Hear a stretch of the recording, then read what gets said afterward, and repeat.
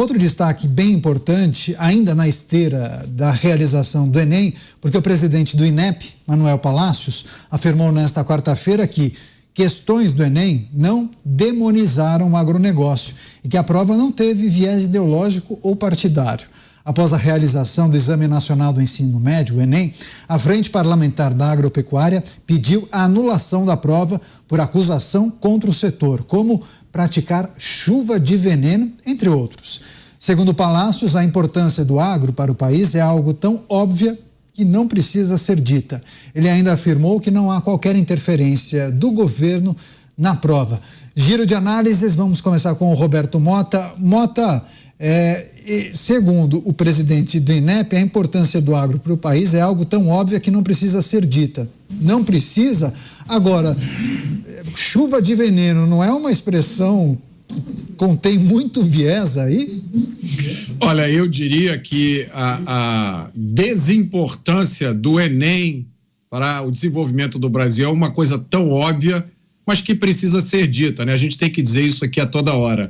Eu arrisco dizer que qualquer aluno da 5ª série do Fundamental conseguiria interpretar a intenção da questão 89 da prova do Enem, apesar da redação ser péssima. É um uso precário da língua portuguesa. Quem seleciona um texto desses para uso em sala de aula deveria ter vergonha. Imagine usar um texto assim em uma prova nacional. O texto diz que o capital impõe os conhecimentos biotecnológicos como mecanismo de universalização de práticas agrícolas. Ó, perceberam o raciocínio? E diz também que o modelo Mas é assim, é natural. Não, deixa eu terminar. O modelo capitalista subordina homens e mulheres à lógica do mercado. Então, são duas afirmações desconexas. Uma não tem nada a ver com a outra. Mas o texto usa essas duas afirmações para tirar delas uma conclusão. A conclusão, presta atenção.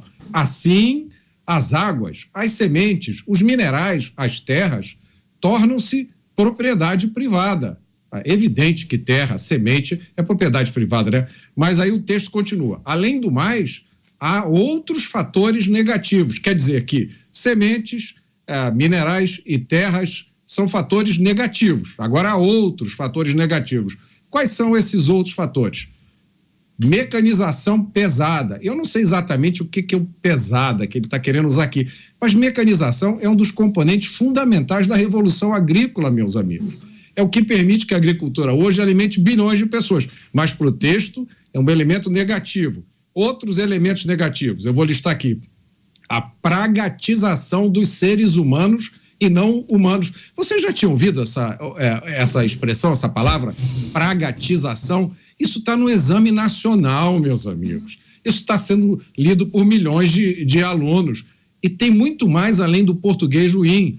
O texto ainda fala, presta atenção, sobre a violência simbólica, a superexploração, as chuvas de veneno e a violência contra a pessoa. Me desculpe, isso é um texto horroroso, que afronta a língua portuguesa, é um insulto ao nosso raciocínio e, acima de tudo, é um profundo desrespeito aos estudantes que estão fazendo a prova e, aliás, a qualquer pessoa que se dedica à educação no Brasil.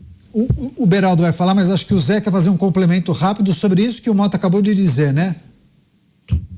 É um texto idiota mesmo, né? Porque eu defendo, aliás, eu morro de medo de um dia o Mota bater na mesa e dizer: nós vamos acabar com pingos dos is, aí nós estamos todos desempregados aqui, porque não gosta de acabar com tudo. Mas é justamente o contrário. O negócio é o seguinte: dos is devia ser obrigatório para todos os estudantes que quisessem entrar na faculdade, ter lá umas 2 ou 3 perguntas por tópicos discutidos aqui, né, Zé? O que você acha da... Olha, eu deixo eu falar, eu antes de fazer comunicação, eu me formei em agropecuária na Escola Federal de Barbacena, uma grande escola agrotécnica federal de Barbacena, e trabalhei na área, sou da área rural. Meu pai tinha fazenda, uma fazenda pequena lá em Medina, mas enfim, eu entendo um pouco disso aí e vi a evolução. Essa chuva de veneno não existe mais. Esse termo veneno também não, nem agrotóxico, são defensivos agrícolas. Hoje já existem drones que voam na plantação identificam por coloração onde existem pragas e ali, exatamente ali, é despejado o defensivo agrícola. Até porque ele é caro demais, é muito caro. Então, tecnologia embarcada no agronegócio é o que está salvando a humanidade. E eu costumo citar, por exemplo, um grande tratado de economia, que talvez tenha sido o primeiro tratado de economia, lá em 1700, de Thomas Malthus. Ele diz que a população estava crescendo em PG, progressão geométrica, e que a alimentação, a produção de alimentos, em PA. Então haveria uma grande guerra mundial por alimentos, porque não haveria alimentos para todos. E o tempo passou e viram que não aconteceu isso. E agora a teoria malthusiana está sendo revista, dizendo o seguinte: ele tinha razão. E como ele alertou na teoria, houve uma reação, aumento da produtividade. Hoje os transgênicos são a realidade. Mota, se você soubesse as críticas e as barreiras e as dificuldades no Congresso para se aprovar o uso de transgênico, era absurdo. Hoje ninguém nem mais fala nisso. Cadê? A gente ia virar transgênico, porque acreditavam que se o gado se alimentasse de soja transgênico, o gado era transgênico, a gente se alimentava do gado, a gente virava transgênico. Então, assim, era essa a ideia de tempos atrás. Então, isso aí deve ter sido escrito lá, nessa época. Falávamos sobre as falas do presidente do INEP defendendo o Enem, Exame Nacional do Ensino Médio. Era previsível, né? Atuar como uma espécie de advogado do Enem. Ele disse que a prova não demonizou o agronegócio e disse que o teste não teve viés ideológico. Cristiano Beraldo, faltou a sua análise, né, Beraldo? Como você avalia esse posicionamento por parte do presidente do INEP? Houve o uso de algumas expressões e também a inclusão de algumas questões que vão na contramão dessa tese dele, né? Neto, o Brasil é o país em que o ladrão bate a sua carteira e sai gritando, né? Pega ladrão. Então, assim, você não pode negar o óbvio. Qualquer um que leia aquelas questões do Enem saberá, e o Mota nos leu aqui, relatou detalhadamente, saberá que aquilo obviamente tem uma questão ideológica muito forte. E essa questão ideológica, algumas pessoas, vi notícias, não, mas as perguntas foram feitas durante o governo passado e tal. Veja, essa estrutura da educação no Brasil, ela está como um corpo em desenvolvimento já há 20 anos. A esquerda tem uma habilidade imensa em ocupar espaços e fazer na prática aquilo que ela tem de projeto. E o projeto da esquerda passa pela questão ideológica, preparar jovens cada vez mais cedo para se sensibilizarem, para simpatizarem com essas ideias. Hoje eu estava lá no Rio, Mota, aí no Rio, e aí passei em frente a uma das escolas mais caras da cidade, talvez a escola mais cara, ali em Botafogo, chegando no Rio Sul. Os ônibus da escola, e olha que escola privada, hein? Ônibus da escola com o arco-íris. E não era um arco-íris infantil, claramente uma alusão à questão homossexual. Para que fazer isso com as crianças? Por que não deixar as crianças se tornarem adultas e decidirem por elas próprias o que elas querem ser, o que elas querem acreditar, pelo que elas querem lutar? Não. Mas a insegurança de que não há uma causa que se sustente com adultos que possam, de forma independente, fazer uma avaliação e uma análise, querem preparar as crianças que são vítimas desse processo de doutrinação. Então, olha, é uma vergonha você ter que ouvir o presidente do INEP com esse tipo de manifestação. Eu vou passar para o Cláudio Dantas, mas na esteira do que disse o Beraldo, eu conversei hoje com uma editora aqui da Jovem Pan News, tem uma filha adolescente, 13, 14 anos, e ela tirou a fotografia, Beraldo, do livro dela, que trata da questão que envolve o movimento dos trabalhadores sem terra. Um texto extremamente complicado, enviesado. Eu vou daqui a pouco, ou em outra edição do programa, ler o trecho para a gente analisar, que vai ao encontro disso que o Beraldo acabou de dizer. Uma espécie de preparação dos alunos, dos adolescentes. Mota e depois o Dantas. Eu só queria dar uma informaçãozinha para o Zé. Zé, aqui do texto da prova, da questão do Enem, consta que esse texto foi publicado em 2021, tá? Não foi daquela época lá atrás, 2021. Você, Dantas? O que o Beraldo estava falando, né? Eles enfatizando justamente como que a educação brasileira está impregnada com esse pensamento e como a esquerda, de alguma maneira, sequestrou, especialmente os professores, né? Através de sindicatos, etc. Mas por que sequestrou? Porque o professor, no Brasil, a educação ela já é maltratada e o professor é ainda mais maltratado. Então esse discurso cola muito fácil, porque se o professor fosse colocado no centro do debate, fosse bem remunerado, requalificado todo ano, né, fosse tratado como gente, como ministro de Supremo, como juiz, né, recebesse como um juiz, dada a importância de um professor para qualquer nação. Se fosse assim, eu duvido que esses professores cairiam nessa conversinha mole dessa turma da esquerda. Infelizmente, não há essa percepção, nem por parte dos partidos, se é que nós temos, de direita, porque se houvesse essa percepção, passariam a levantar essa bandeira e retomar toda a educação, mas especialmente aqueles que são os agentes da educação, que são os professores, retomá-los, até libertá-los, por que não dizer, já que eles estão sequestrados por esta pauta da esquerda.